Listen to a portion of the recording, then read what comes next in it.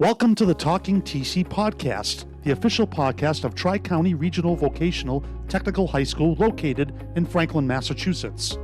On our podcast, we will chat with guests that run the gamut from government officials to school administrators to alums and students and other members of the Tri-County community.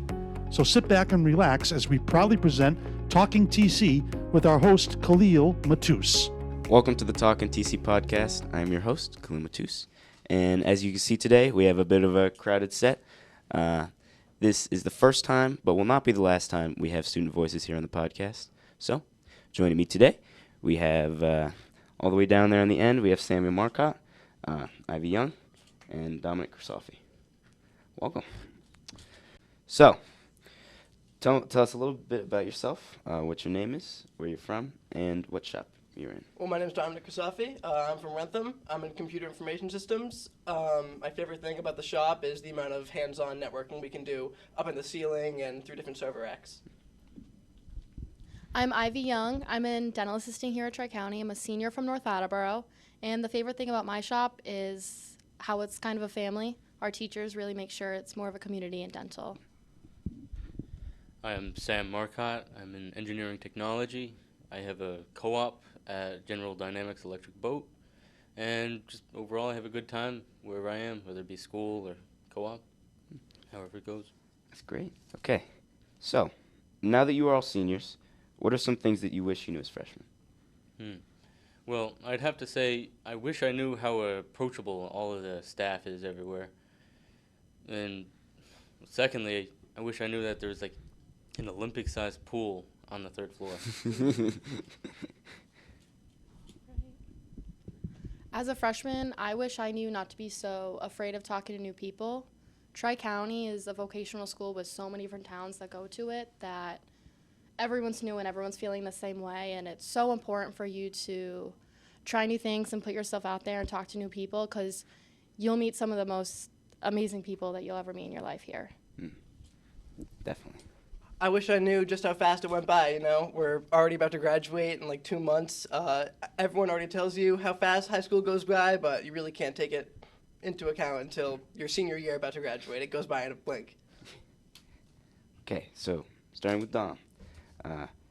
Speaking of your current career program, did you know coming in the door that you were going to go into the shop you were in? Did the exploratory process help you finally decide that? When my friend from middle school told me he was going to Tri-County, he explained the computer information systems program and totally sold me that day. From that day forward, I knew I was going to be in computer science from the get-go. For me, I came here for early ed or legal and protective, and I totally changed my mind during the exploratories. We had it a little different because of COVID, but we still got that hands-on experience for 2 days, and I fell in love with dental in exploratory, and I'm so glad we had to try all different things because I used to be grossed out by all that, but now I love it. I personally knew from around elementary school that I wanted to be in engineering somewhere, but Tri-County has certainly helped me figure out what an exact type of engineer, but exploratory programs certainly helped me figure out some other options, carpentry and plumbing, close runner-ups.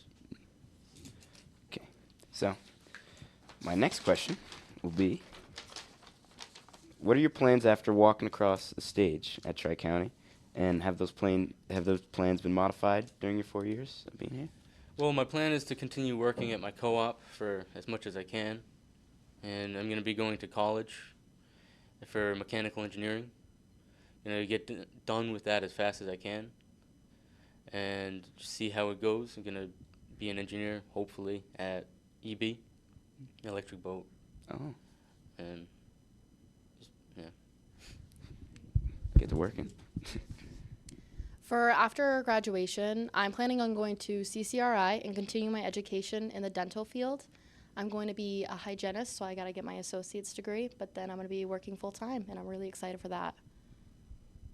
After graduation, I'm going to be staying with my co-op throughout the whole summer, and then I'm going to the Wentworth Institute of Technology, where hopefully I'm able to continue a co-op with my current co-op, who is registered in their list of jobs that you can do. So hopefully I'm back in my co-op in a little bit. So, Tri-County is unique in that we have 1 week of academics and 1 week of shop. So, out of the two of you that have co-ops, how have you been able to balance that, and how beneficial do you think it is? I think the main thing is all communication. Being able to clearly communicate deadlines and boundaries with your employer and your teachers. Everyone here, all the teachers are so understanding about co-ops. They understand that you need to go out and work every other week, so they're very willing to accommodate with your schedule and work with you. It's just all about communication. For those who can't go on co-op because of other things, I really like the every other week schedule. It helps me work on my time management skills, getting shop week done and everything like that, and it's really beneficial for, I think, the entire student body. The bi-weekly schedule here gives me a perfect balance between school and work, even beforehand when I was just in shop. But as an example, a couple of the people I work with are also vocational kids, but at other schools. One of them is only able to come in like Wednesday and Thursday every other week. Another one is only Fridays, but having the opportunity to come in, work a full week and academics the next week, it's a perfect balance. It's the same thing. It's very collaborative. Next question. How did the global pandemic and COVID affect your new feelings coming into Tri-County and how it felt coming in? Well, on a personal note, my father, he has quite a list of medical concerns, so I had to be a little disconnected from the school to get in, get out whenever I could, wear the mask, It didn't feel like a new experience. It felt like I was going to school, almost like 8th grade, middle school, but in a new building. Didn't really get to meet too many people. But throughout the years after which, certainly been able to develop and spread throughout the whole school. I think one thing that the global pandemic really affected at this school is our class's school spirit. Like, coming from so many different towns, we don't know each other. And, like, they might say there's a lot of North kids, there's a lot of Rentham kids, but realistically, you're not going to be friends with the kids from your own town. If you are, that's lucky. But it took us, I think, 3-4 years to finally develop our school spirit. Like, our last pep rally, which is so fun, was, I think, one of our best for the senior class. And everyone was participating and happy to be involved in the school finally, which I think took a while because we couldn't really meet each other and we couldn't bond freshman year when we were all so scared to try something new and, grow up together. Well, I got a pretty good idea of the building when I came here for the tour in 8th grade, but the biggest impact COVID had on my experience at Tri-County was just not being able to branch out and really explore the new school and get a good feel for it that first year, especially when we had to wear those plastic covers over our faces. Just felt so confined and just so boxed in, but as soon as some of those restrictions were taken off, you could be in the building more often, just got exponentially better. That's great. So, my next question would be, how can you reflect back on your choice in 8th grade to come here? What was, one of your main reasons for coming here? Well, I remember my best friend telling me all about the 1 week on, 1 week off schedule with academics, co-op, or shop, and that just lit a light bulb up right over my head. It was so appealing. The fact that I didn't have to go to academics every single week was a total game changer, and that was definitely the number one reason why. I came here for early ed. I was so interested in becoming a teacher, and I thought this would be the best way to do it. And then plans changed. And my one big thing, though, was leaving all my friends at North. But after doing it, I was like, this doesn't even matter. Like, everyone grows, and if they're going to stay my friends, we're going to stay in touch sometimes. And it's not that big of a deal that everyone else, I feel like, made it out to be. Yeah. Well, I have 2 older siblings. One went to my local school, and one went here. And it was a tough decision. Both of them were pushing it. They wanted to see their little brother follow in their footsteps and discount the other. But my brother, he came here for HVAC. He was able to persuade me in just a manner that helped me make the correct decision. Coming to Tri-County has given me opportunities that I could not find anywhere else. And I've been able to develop into a completely different person compared to if I went to my local school. So, now we're going to get a little bit of insight on more student-specific questions. So, first, we're going to start with you, Sam. How satisfying was it for you to start the Cornhole Club here? And what was your motivation to do that? Yeah, so the Cornhole Club, I started it with Mr. Becker, and I couldn't have done it without him, but I've been able to partner with carpentry and some of the admin in order to get some of the bean bags, and we made our own boards and decorated them with TC,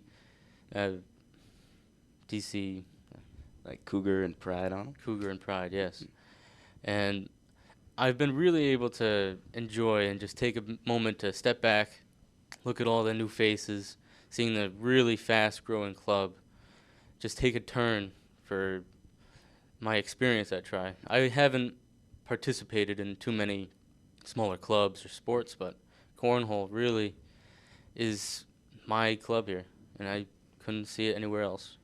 That's amazing. Being able to have your own thing that you were able to say you put work into and you were able to bring to Tri-County with already so many clubs, you were able to find that. Or were you able to make that one thing that's kind of yours? Yeah, being able to talk with the admin and actually organize this club from start to finish.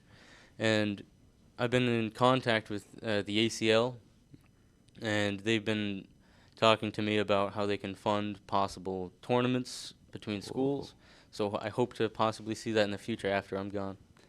That'll be great to see. Maybe have a cornhole team, Tri-County cornhole team. TC cornhole team. So, Ivy, could you talk to us a little bit about the suicide prevention initiative that you're part of in the fall?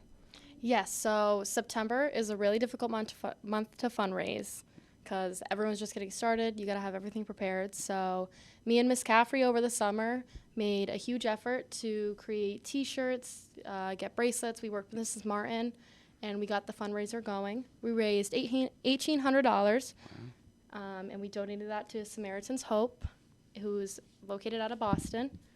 And I don't know, I feel that a lot more people are affected by suicide, whether they know someone, they are that person, than we like to admit. I grew a very close bond with my volleyball team, who helped me through it throughout the entire month, volunteering at lunches and everything. We got most of the fall athletics involved, who would help us sell bracelets, just push out the message of you're not alone, you know. And we had some help from NHS, which is National Honor Society.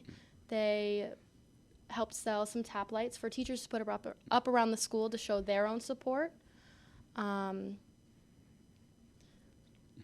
know I've been able to see the tap lights. That was a great thing that really helped, I think, from like my freshman year, really realize what the program was going on, because I know I'd seen bracelets before, but I think there was a bigger effort this year to really push that, and I think it really helped.